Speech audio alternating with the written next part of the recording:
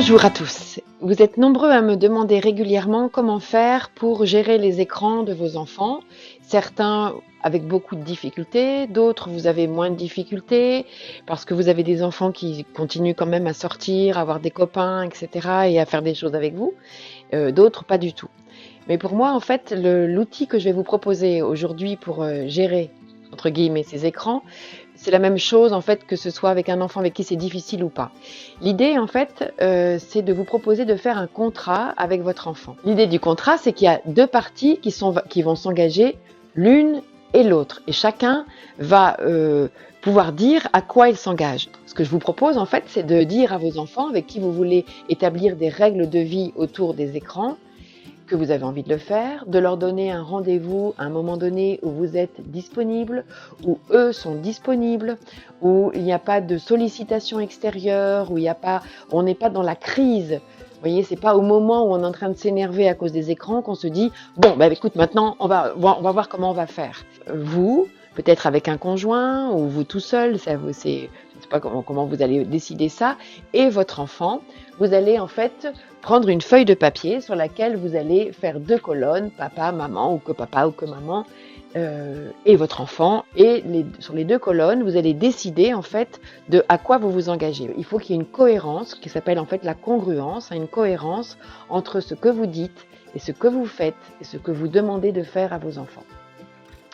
Je donne souvent l'exemple, vous savez, du fait que par rapport à cette cohérence, quand j'étais petite à l'école, on nous demandait de faire la queue au self, en nous expliquant qu'en fait, c'était un respect pour chacun, que chaque classe allait passer l'une après l'autre, le lundi d'abord les 6e, et puis le mardi d'abord les 5e, etc., pour qu'il y ait une équité entre chacun. Et puis, je crois que nous, les élèves, on comprenait ça très bien, parce que les enfants, de manière naturelle, ils ont ça aussi, cette envie de vivre ensemble et ce respect les uns des autres.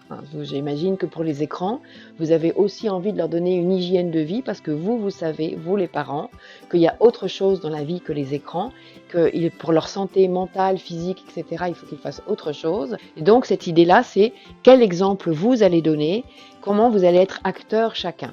Dans l'engagement, il y a déjà pour vous, j'imagine, cette idée de dire que vous allez payer l'abonnement de la box, que vous allez payer certains abonnements ou peut-être même certains matériels.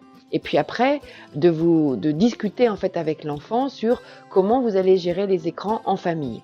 Si vous décidez, par exemple, je donne effectivement chacun après voit comment il va faire à l'intérieur de sa famille, mais si vous décidiez, par exemple, de dire pendant le repas, il n'y a pas d'écran parce que c'est important, ce moment que l'on vit ensemble et que on n'a pas envie d'être parasité par des écrans, on a envie d'être ensemble à ce moment-là.